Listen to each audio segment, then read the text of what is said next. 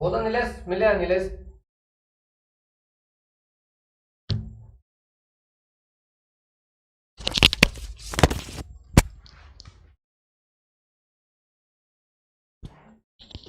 चलिए, नमस्कार, बहुत बहुत स्वागत आप सबका चौहान एकेडमी प्लेटफॉर्म में। आप सभी का बहुत बहुत स्वागत करता हूँ। और आज का जो हमारी खबर है काफ़ी महत्वपूर्ण है और सभी को मैं एक चीज़ कहना चाहता हूँ जो अपने दिमाग में बहुत अच्छे से रखने का प्रयास करिए। देखिए, होता ये है, कई बार हमने ऐसा देखा है। अभी जब ये मॉर्निंग में इसकी सुनवाई थी तो बहुत सारे यूट्यूबर्स ने इस पर वीडियो बनाई, उसमें लिख दिया NIUS केस जीत गया। क्या लिखा? NIUS DLED केस जीत गया। देखो, मेरी बात तो इसे मानोगे नहीं। क्यों नहीं मानो? क्योंकि जो आपने एक चीज देखी है, मूर्खता बड़ी गजब चीज होती है। मूर्खता सब कुछ कर सकती है, बस बुद्धि का सम्मान नहीं कर सकती। मतलब वो बुद्धि की बात मानेगी नहीं कि कोई भी व्यक्ति अगर समझा रहा है तो हमें समझना चाहिए। फिर भी क्रेडिबिलिटी बहुत इंपॉर्टेंट है, क्योंकि यूट्यूब वगैरह सोशल मीडिया क्रेडिबिलिटी पर चलता है। तो आपकी क्रेडिबिलिटी जो होती है इस पर डिपेंड करती है कि आप जो जजमेंट के बारे में बता रहे हैं वो सही है गलत है। तो सुबह सुबह से लेके कई सारे लोगों ने बहुत बड़ी यूट्यूब पे वीडियो बना दी कि NIUS DLED केस जीत गया है 18 महीने वाला। मैं कई बार बोला हूं कि जब तक जजमेंट ना अपलोड हो जाए तब तक मत बनाया करिए वीडियो, और ना ही शुरुआत से ही एक अपने आप में एक बता दिया करिए कि आप जज मत बनिए। जज जब अपना ऑर्डर सुना दे और ऑर्डर अपलोड हो जाए उसके बाद आप वीडियो बनाएं तो उसका एक बड़ा महत्वपूर्ण इंपैक्ट पड़ता है। या कि फिर अगर उसके पहले बनाएं तो अनुमान के तहत बनाएं और कह के बनाएं कि शायद ऐसा हो सकता है, संभवतः ऐसा हो सकता है। उससे क्या होता है कि जो आपके व्यूअर्स होते हैं, सब्सक्राइबर्स होते हैं, वो बहुत ट्रस्ट करके आपको देखते हैं। तो उनके दिमाग में पता चल रहना चाहिए कि क्लियर कट क्या है। सुबह आपने कुछ और वीडियो बना दी, पता चला शाम को कुछ और हो गया, है ना। चलिए, तो लेट्स स्टार्ट। सबसे पहले हम बात करते हैं NIUS के बारे में, जो आज का केस है। इस केस में जयवीर सिंह एंड अदर्स जो एक ये तो अपेलेंट्स थे, the state of Uttarakhand and others जो थे इसमें थे रिस्पोंडेंट्स थे। सिविल अपील नंबर आपका जो है arising out of SLP number ये थी, और एक SLP नंबर आपका है। अब इस जजमेंट में जो साफ तौर पर जो चीजें की गई उसको बहुत ही इन शॉर्ट में समझाने का प्रयास करूं, क्योंकि पूरे इंग्लिश में तो इसको पढ़ना बांचने से कोई मतलब नहीं है। साफ तौर पे एक चीज कही माननीय कोर्ट ने, कि माननीय कोर्ट ने कहा कि देखो भाई, जो दूसरे कोर्टों ने इसके लिए फैसला सुनाया था, चाहे वो हाई कोर्ट आप जब उसकी बात करें, बिहार की बात करें, या बात करें त्रिपुरा की बात करें, इन लोगों ने जो फैसला दिया था कि DLED जो 18 महीने का करके रखे हैं उनको प्राइमरी टीचर के लिए योग्य समझा गया था, ऑर्डर दिया गया था। और उत्तराखंड सरकार ने ऑर्डर नहीं दिया, उत्तराखंड ने इसको नहीं माना। ठीक है, अपेलेंट्स गए, DLED वाले गए, NIUS गए, और यहाँ ये लोग कहाँ पहुंचे? ये गए कहाँ पर? 18 महीने वाले माननीय सुप्रीम कोर्ट के पास, कि चूंकि ये नहीं मान रहा है, जो कि गलत है तमाम चीजें। माननीय सुप्रीम कोर्ट में केस चला हो, इसके बाद उन्होंने एक फैसला दिया कि देखिए, DLED जो 18 महीने का जो कोर्स है NIUS से होता है वो प्राइमरी टीचर के लिए योग्य नहीं है, और हम इसलिए इस केस को जो है डिसमिस करते हैं, क्योंकि इसमें कुछ ऐसी चीज नहीं है। और 2-3 मैसेज बहुत शानदार छोड़े हैं उन्होंने। अब उस मैसेज का इंपैक्ट BED पर क्या पड़ेगा वो बड़ा गजब की चीज है, क्योंकि एक इंपैक्ट ये हो जाता है यहां पर कि अगर DLED जो कि प्राइमरी एलिमेंट्री एजुकेशन के लिए बनाया गया था 18 महीने का, अगर उसको वैलिड नहीं किया तो फिर BED को कैसे वैलिड कर दिया जाए? ये एक बड़ा चैलेंजिंग क्वेश्चन होगा। कहां पर? माननीय हाईकोर्ट जबलपुर में, जो अब 5 दिसंबर के लिए। लेकिन इसमें बहुत सारी ऐसी भी चीजें हैं कि जो बहुत सारी चीजें बहुत मतलब मजेदार भी हैं। इसमें गवर्नर की पावर की बात की गई है, 309 की बात है, बड़ी इंटरेस्टिंग चीज है। आंध्र प्रदेश की केस बात की गई है, क्योंकि गवर्नर के पास एक ताकत होती है एजुकेशन क्वालिफिकेशन तमाम चीजों के लिए। रामचंद्र मौर्य की फिर से बात की गई है कि NCT के क्लॉज को मानना कितना जरूरी है। तो ये भी एक तमाम चीजें जो काफी इंपॉर्टेंट है, काफी इंपॉर्टेंट फैक्ट्स रखती हैं। तो अब हमारे लिए एक बड़ी बात बनती है कि पहला प्रश्न इन शॉर्ट में, कि क्या अब DLED जो कर चुके हैं 18 महीने का, क्या वो वैलिड है नौकरी के लिए? तो आंसर इज नो, पहला क्वेश्चन। दूसरा क्वेश्चन, जो लोग NIUS करके और क्या हो चुके हैं, ज्वाइन हो चुके हैं, अपॉइंट हो चुके हैं, उनके लिए क्या होगा? ये बड़ा प्रश्न है। बहुत सारे प्राइमरी टीचर में एनआईओएस करके ज्वाइन हो चुके हैं और आदेश उनका आ चुका होगा। तो तमाम ऐसी चीजें हैं जो अभी बहुत सारे प्रश्न खड़ा करेगी और 5 दिसंबर को मैं इसका हाई कोर्ट में इसका पूरा आपको रिप्लाई मिलेगा। तमाम चीजें हैं, मैं बताऊंगा इसके बारे में भी तमाम चीजें। तो बेसिक जो आज का ऑर्डर जो इन शॉर्ट में कहता है वो बहुत अच्छे तरीके से की चीज है। ठीक है, जय हिंद सर, जय हिंद, जय हिंद। एनआईएस की तरह बीएड भी बाहर होगा सर। देखो आप लोग समझे नहीं बात को, फिर से मैं क्या कहना चाह रहा हूं। बहुत सारे बच्चे कमेंट कर रहे हैं कि सर एनआईओएस की तरह बीएड भी अब क्या होगा, बाहर होगा। अब जो होगा तो होगा, वो तो कोर्ट करेगी। अब मैं अभी से क्या कहूं, मैं तो सिंपल है। अब अगर मैं बीएड की तरफ से लड़ा हूं तो मेरी तो कोशिश ये रही कि जीते। आप लोग अगर कह रहे हैं कि बाहर होगा तो वो तो तब की तब पता चलेगा। और मैं अभी से क्या अनाउंसमेंट कर दूं, मैं बस कुछ फैक्ट्स हैं, जो कुछ केसेस हैं उनकी चर्चा मैं चाहता हूं करना, और मैंने कर दिया। अब बचे बीएड के वो 15,000 कैंडिडेट। आज के केस से एक बड़ी चीज तो हुई कि बड़ी पावर होती भाई इंटरविनर्स की। जो लोग इंटरविनर बनते हैं केस के लिए, आईए लगाते हैं, कम से कम उनकी जॉब जो होती है वो बड़ी बची होती है।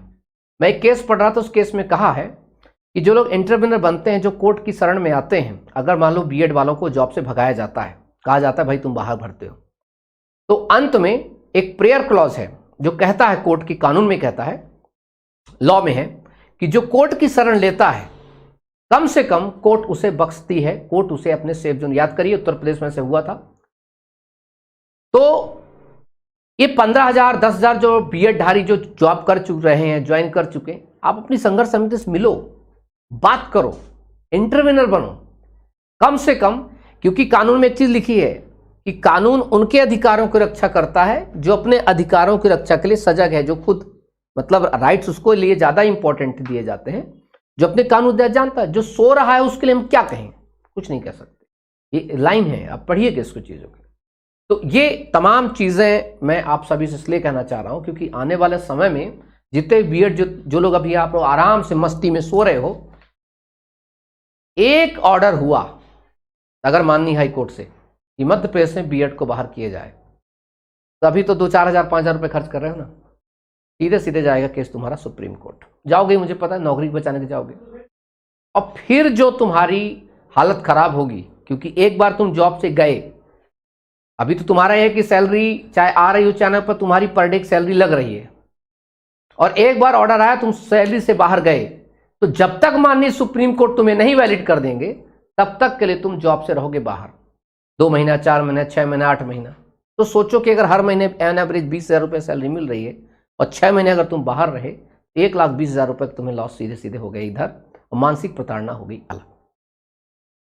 जितने बीएड हो, थोड़ा सा वीडियो को शेयर करो, पहुंचाने का प्रयास करो, बताने का प्रयास करो कि अगर बैंड बजा, अगर डीएड के तरफ से तुम्हारा बैंड बजाया गया तो तुम्हारे साथ क्या क्या हो सकता है। इस चीज के बारे में बहुत अच्छे से गंभीर तरीके से रहो, क्योंकि अभी थोड़ी थोड़ी चीज लग रही है ना, 2-4 हजार 5 हजार रुपए खर्च करने में तकलीफ हो रही होगी। उस दिन पता चलेगा कि चौहान सर ने कितनी बड़ी बात कही थी हमारे लिए, क्योंकि टिके रहना जरूरी है। क्या ना, वो अभी आपको पता ना कि क्रिकेट आप वर्ल्ड कप हारे क्यों, क्योंकि मैदान में टिके ही नहीं रहे ना। अगर टिके रहते, कम से कम 1-2 प्लेयर टिके रहते तो जीत जाते, उसका कुछ अलग होता, लेकिन टिके ही नहीं रहे। तो तुम्हारा जॉब में टिके रहना जरूरी है, क्योंकि अगर डीएड वालों ने बैंड बजाई तुम्हारा शुरू कर दिया तो फिर तो बारात निकलेगी, लेकिन बारात इस बार घर क्यों नहीं, स्कूल की नहीं, स्कूल से बाहर की ओर जाएगी। इस बात का बहुत अच्छे से दिमाग पे रखें, और ना ही मैं कोई डरा रहा हूं। हाँ, एक चीज दिमाग पे रखेंगे आप सभी लोग कि कुछ आप लोगों के टीम में कुछ लोग हैं जिनकी खासी अपील थी, विल्सन है, कि सर काफ़ी डर सा लग रहा है। तो भाई ये तुम्हारे टीम का व्यक्ति है, तो आइए कि इसको फ़ोन कर लेना आप लोग चाहे तो। क्या नाम है? 7697 866 024 विल्सन नाम है इस लड़के का, है ना। ये भी तुम्हारी तरह ही बीएड का अभ्यर्थी है, ज्वाइन कर चुका है ना। तो ये तमाम चीज़ें हैं, और इंटरविनर्स बनने का प्रयास करें, आगे बढ़ें ज़्यादा से ज़्यादा मजबूती से, ताकि आपका पक्ष रखा जाए। पता चले कि जो लड़ रहे हैं उनका कंधा क्या हो गया, कमज़ोर, और उनका कंधा कमज़ोर हो गया तो नीचे के लोग अगर गिरते हैं तो ऊपर के लोग भर भरा के गिर जाते हैं। ये तो आपने कहावत सुनी होगी। अब आपके कुछ क्वेश्चन है सर। सर विवेक भाई, इंसान को इंसान ही रहने दो भाई। हाँ ऐसा कुछ एनआईओएस वालों की हेल्प कर दो। नहीं, एनआईओएस वालों की हेल्प एक ही चीज से, कंडीशन से की जा सकती है कि अगर एनआईओएस वाले ऐसे कैंडिडेट्स जिनकी ज्वाइनिंग हो चुकी हो आज के ऑर्डर से पहले, जिनकी ज्वाइनिंग हो चुकी हो आज के ऑर्डर से पहले, वो लोग मुझसे संपर्क कर लीजिए।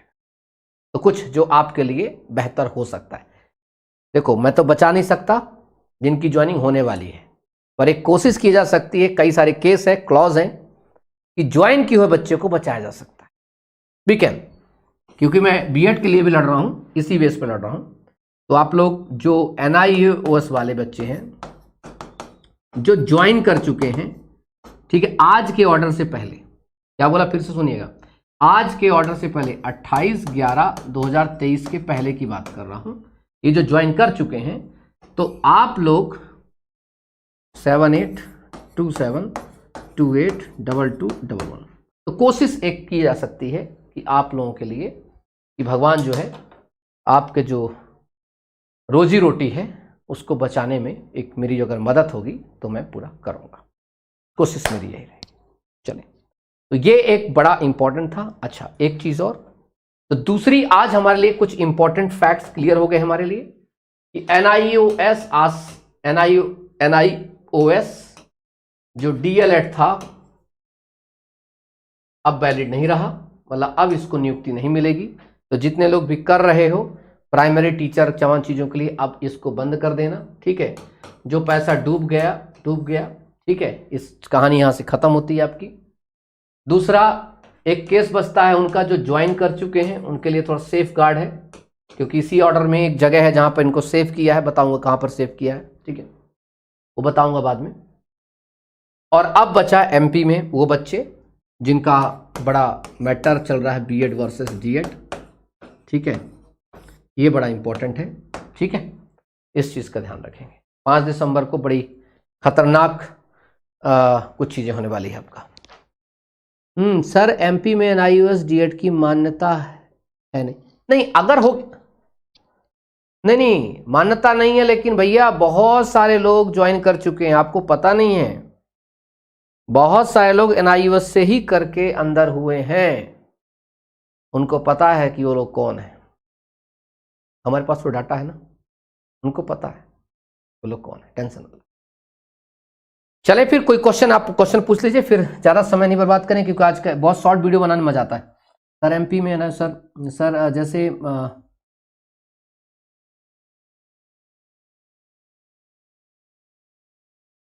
अमोल, आपके जैसा माइंडेड एडवोकेट मिले हैं तो बीएड वालों को गॉड गिफ्ट है।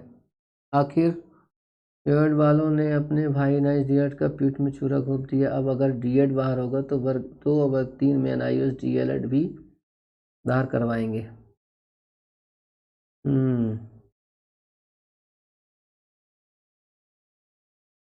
सर जी सरकार ने डाटा पेश कर दिया क्या डीएड का माननीय कोर्ट में? नहीं, अभी नहीं किया, अभी नहीं किया, जैसे करेगा तो हमारे पास, हमें भी एक कॉपी मिलेगी, सर्व होगा, बताऊंगा उसमें कि क्या क्या किया, क्योंकि उस पर जितने भी एडवोकेट्स होते हैं उन सबको कॉपीज़ मिलती हैं, उनके पास पावर होता है, राइट्स होता है उसके केस को। इवन हम लोगों के पास एक रजिस्ट्री होती है, लॉगिन आईडी होती है, उस लॉगिन आईडी से उससे जुड़े हुए सारे केस जो भी लगे हुए हैं उसमें, जो भी उसमें डॉक्यूमेंट्स लगे, हम निकालने की हमारी पावर होती है, उसे निकाल सकते हैं और उसको हम अपने केस में यूज़ कर सकते हैं। एडवोकेट को पावर होती है। एनसीटी चाहिए तो 6 मंथ्स का कोर्स को पूरा करा सकता है।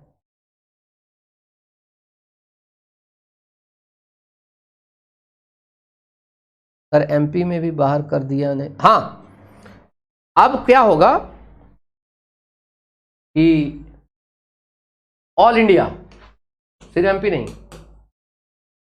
All India out.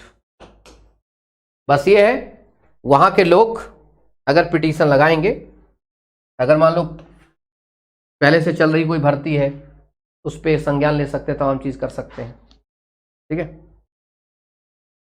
सर मैं एमपी से हूं, ज्वाइन कर चुका हूं, क्या अब निकाला जा सकेगा? क्वेश्चन बहुत अच्छा बताया गया।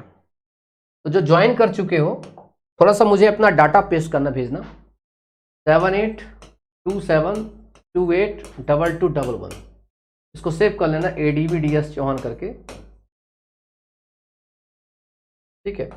तो जो लोग NIOS का DLED था और ज्वाइन कर चुके हैं तो आप लोग अपना ज्वाइनिंग लेटर भेजेंगे, ज्वाइनिंग आदेश, उसमें पता चलेगा कि किस तिथि को आपने ज्वाइनिंग किया था, क्योंकि ये केस बहुत इंटरेस्टिंग है और मैं तुम्हें बड़ा बड़ा एक क्लू देना चाहता हूं।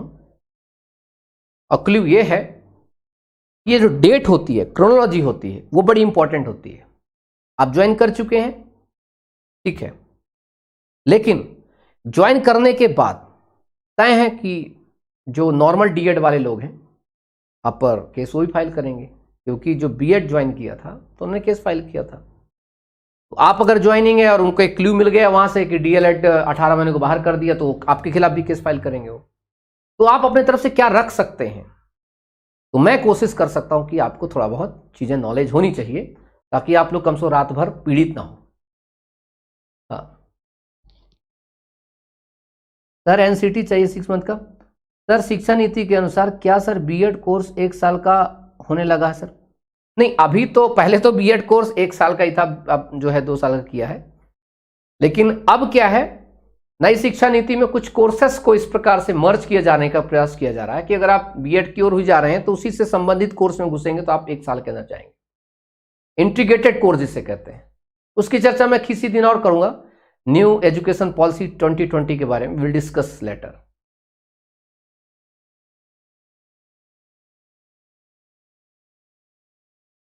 अब तो सर BEd वालों का खेल खत्म लग रहा है। अब देखो, लग रहा है, अब लग रहा है और क्या होगा इसके पीछे एक पर्दा है, वो तो पर्दा आगे चल के ही उठेगा। गुड्डू सिंह का केस है 1 दिसंबर को लगा है, वो भी आपको पता है तमाम चीजें। तो पर इसके पहले थोड़ा सा सभी जो BEd वाले हैं, मैं नंबर दिया हूँ विल्सन का, तो आप सभी लोग मिल करके आप इंटरविनर बनिए, सपोर्ट करिए उस अगले बंदे को, अपनी संघर्ष समिति सपोर्ट करिए। DEd वाले अपने संघर्ष समिति सपोर्ट कर रहे हैं, आप भी करिए। चलते चलते एक मेरे सभी दोस्तों को एक सलाह कि जब तक ऑर्डर अपलोड ना हो जाया करे, वीडियो ना बनाया करें। सुबह वीडियो बना दिया जाता है कि NIOS केस जीत गया और शाम को क्या ऑर्डर आता है कि हार गया, बड़ी दिक्कत होती कि सुबह वो लोग खुश थे, शाम को आपने उन्हें दुखी कर दिया। इट्स बेटर थोड़ा वेट कर ले तो अच्छा रहता है। चलें, थैंक यू सो मच। अपना सब लोग ध्यान रखिएगा। अपने सखा मित्र एडवोकेट दिनेश सिंह चौहान को दे दीजिए इजाज़त। फिर मुलाकात करेंगे किसी नए एपिसोड के साथ, किसी नए फैक्ट्स के साथ, किसी नई न्यूज़ के साथ या किसी अन्य क्लास में। Thank you so much. अपना सब लोग ध्यान रखेंगे। Take care. जय हिंद, जय भारत।